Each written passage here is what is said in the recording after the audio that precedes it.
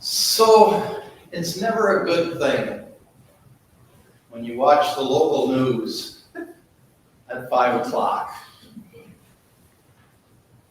And then at 5:30, you watch the national news, and it's the same.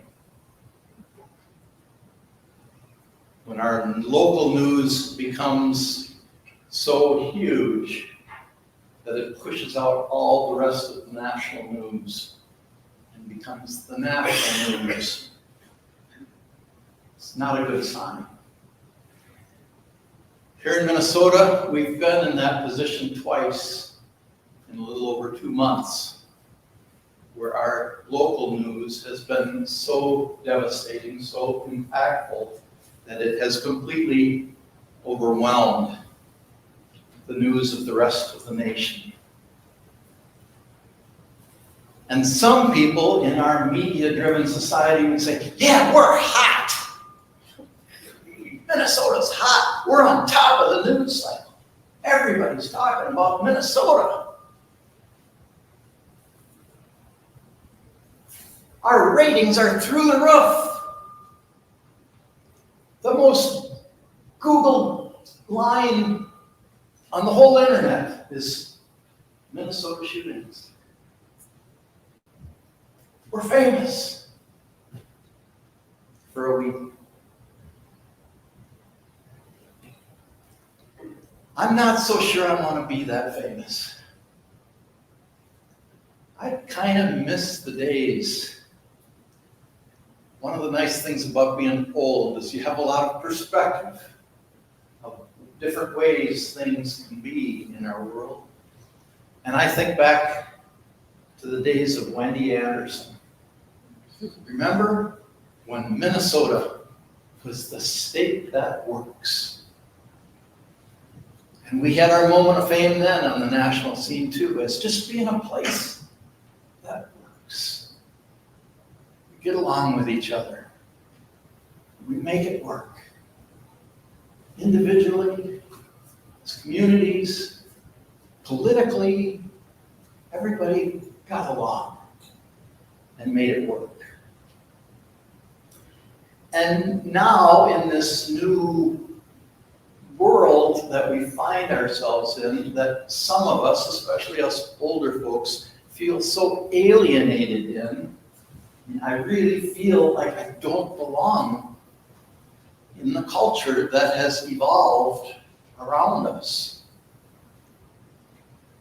The dependence on technology and the fact that I can't say hello to my neighbor without joining an app and finding there and putting in my password, and it just feels so foreign to me from the way that I was raised and the morals and ethics of my childhood.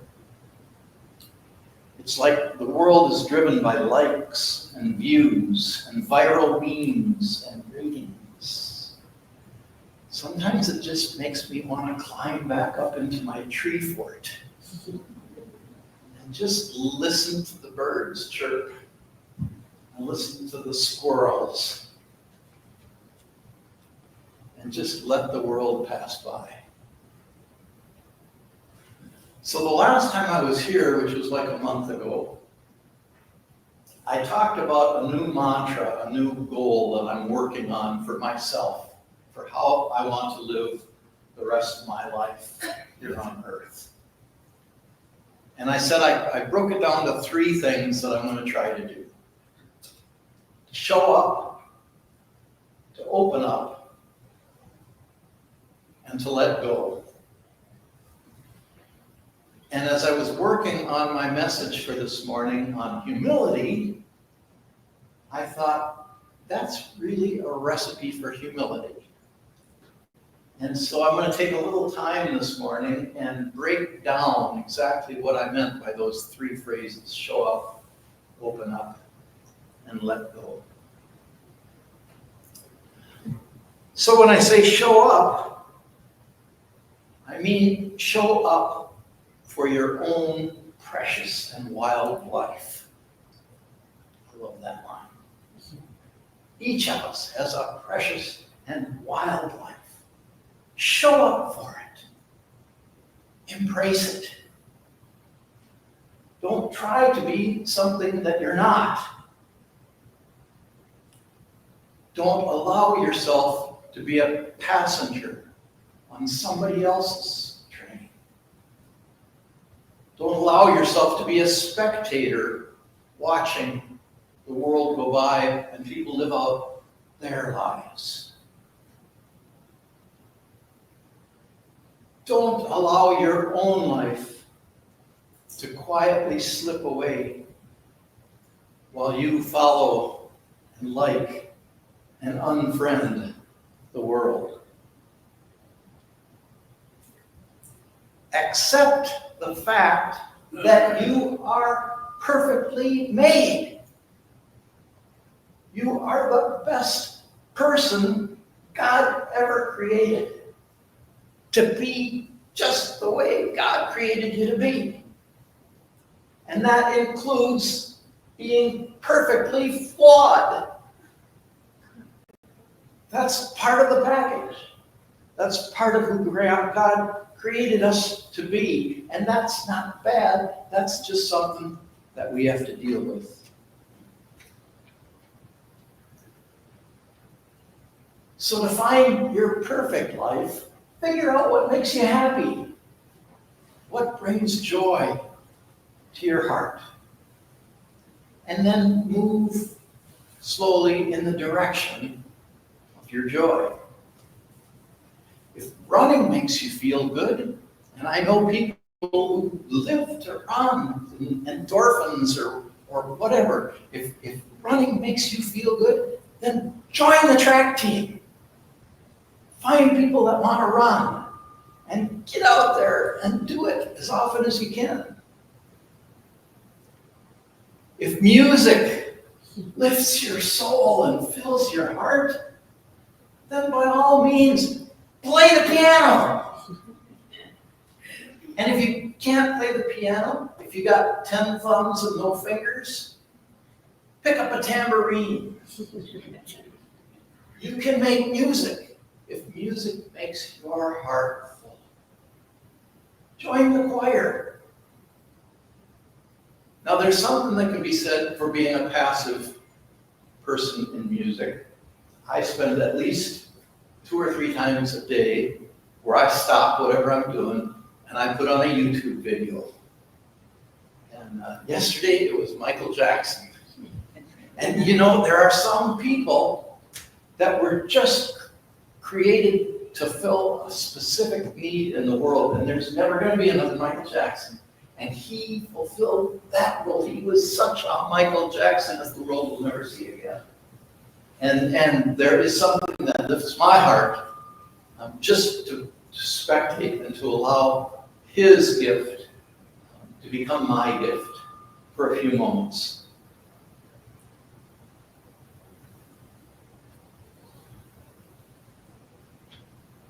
If your deepest joy comes from helping others,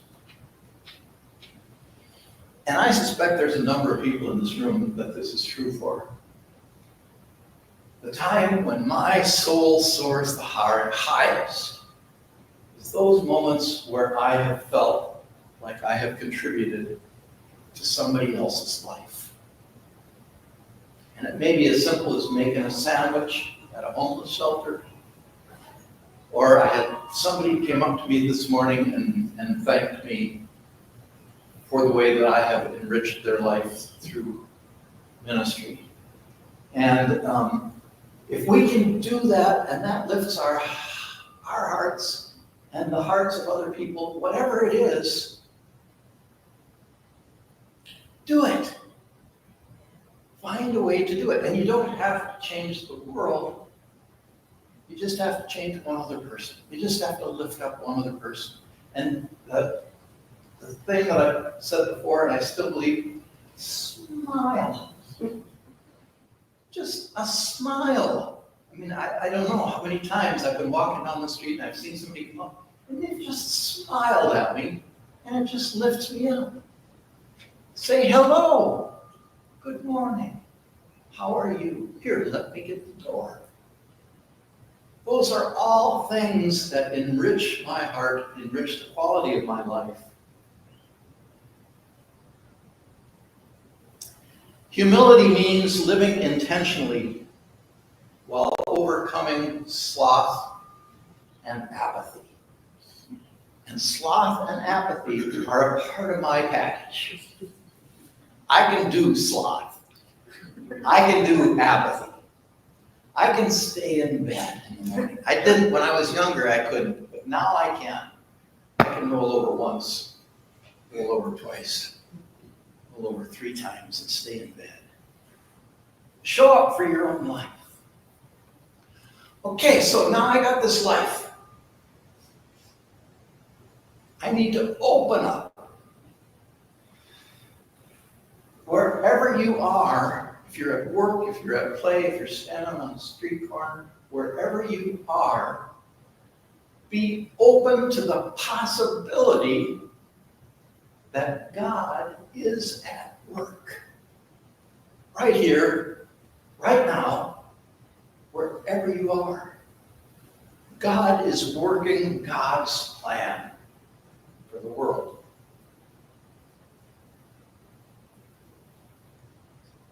And God's plan always has an opening.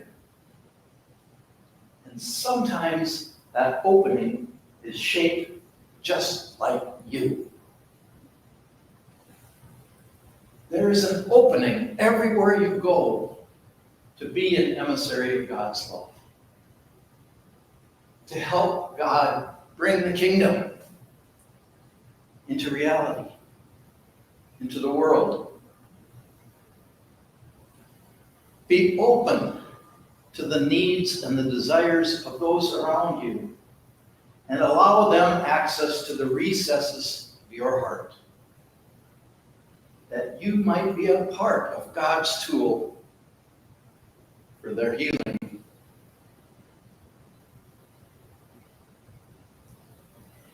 And whatever your preconceived notions might be about the other in your midst,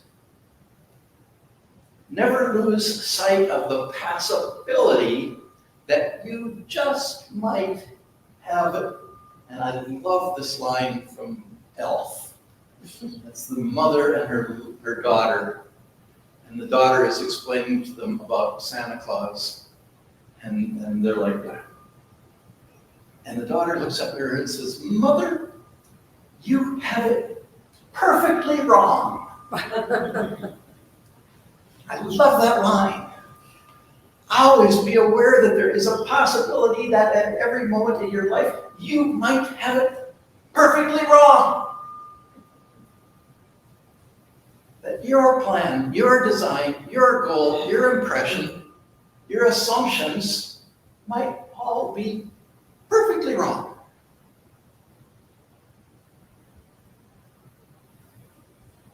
And remember that in every situation, there is always present the possibility that I might be the idiot. I might be the idiot in this situation, you know? Somebody doesn't yield for you, you go, "Oh, you idiot." And then you look in your mirror and you say, "Oh, I had a stop sign."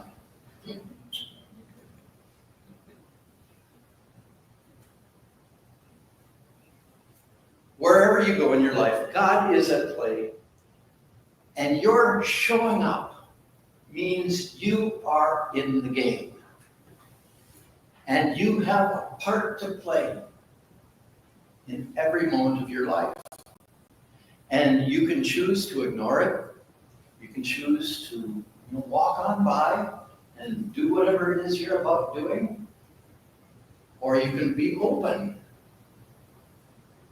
and looking and reaching for those places where you might be of use to the world. And just when you figured out that your place in the world is to be a defensive tackle, somebody just might toss you the ball. So you better be prepared that you may be more than you think you are. Humility means accepting that whatever the issue you fall into, you are just as likely to be the solution as to be the problem. Open up. Allow the world in and figure out where you belong. And then the third part, let God. If we truly accept the fact that there is a God, not everybody does, accept the fact that there is a God and I'm not her, that opens up the possibility that God is still sovereign in this world. God is still in charge, even though we screwed up immensely in a million different ways. Somehow, God is still at work. And no matter how hard I try to manage or manipulate the world around me, it's always, in the end, up to God. God has not gone on vacation. God is not absent in our sorrow and in our tragedy. God is at work even now. And if perchance God does need you to intervene in the world, then God will be very clear about letting you know that. And God will give you the power and the words or whatever's required to fill that place, to be that part of God's plan. The fact is that with our little bitty pea brains, we don't have a chance at understanding even a little corner of who God is, or what God's plan is, or where we fit in the world in God's plan.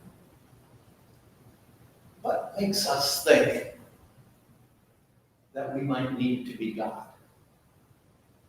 Which sometimes we do. And that's a trap. Stand back. Let God have God's way. And the end result will always be better than if we try to manipulate the world to our needs and desires. Humility means to completely turn our will and our life over to the care of a benevolent Creator, and to trust that God's plan, although not always fun, not always easy, it always yields the best results. So that's a little fleshing out of what I kind of tossed out here the last time that I was here. And I've been working on living into that mantra and thinking about it and weighing it in my mind as I've gone through the last month or so since I was here. And I've come up with a caveat that I need to add to that little three-legged stool. And it's shown itself in my own life. And, philosophically, theologically, to do all of those wonderful things, show up for your own life, open up to the world, and then just allow God to work through you. It's a lovely thing. But there's also risk that goes with living that kind of a life, of being open and trying to allow God to work. Because God does some serious stuff, and sometimes it hurts. And one of the things that I've come to realize about myself, and aging has helped me realize this, is that whether we accept it or not, we are all limited in this life with certain capacities.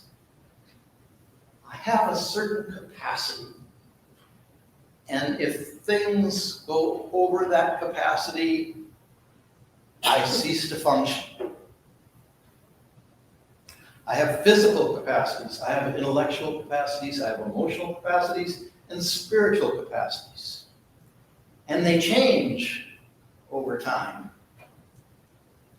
And we have to pay attention to our capacities, lest our good intentions write a check that our body cannot cash. Physically, there was a time in my life, actually on my 40th birthday, I bench pressed 200 pounds. And that's not a particularly impressive number to bench press.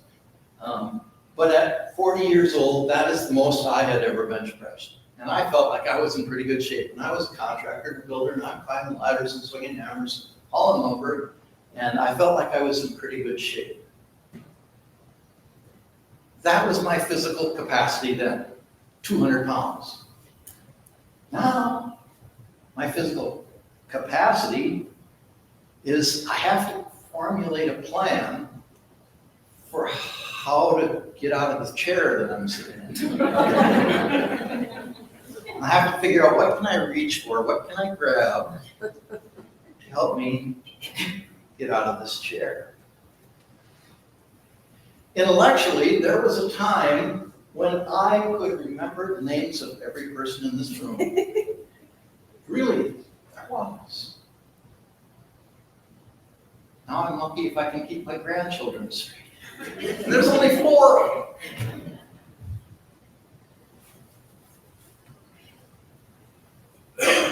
Emotional capacity. There were times in my life when I went months, maybe even years, without feeling the need to shed a tear.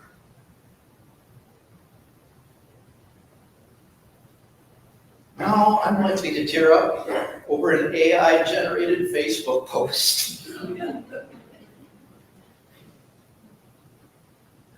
Spiritually, my experience in my spiritual life is that whatever I give away, I will get back double. And whatever load I offer to carry for someone else, it will be lifted from me.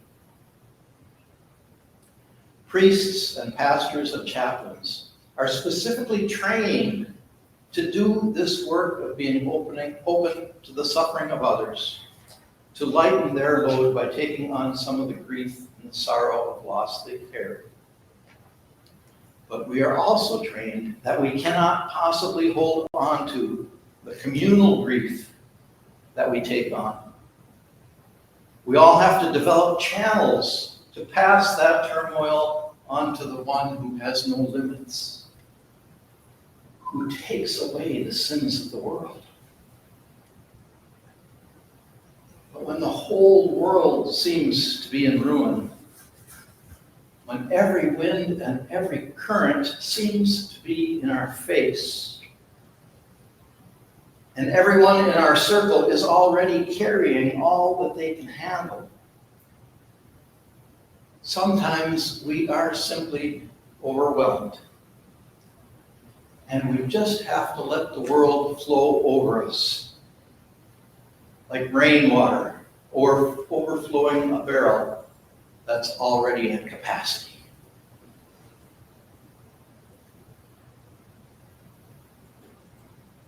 In our reading from Hebrews this morning were the words, "We can say with confidence, the Lord is my helper.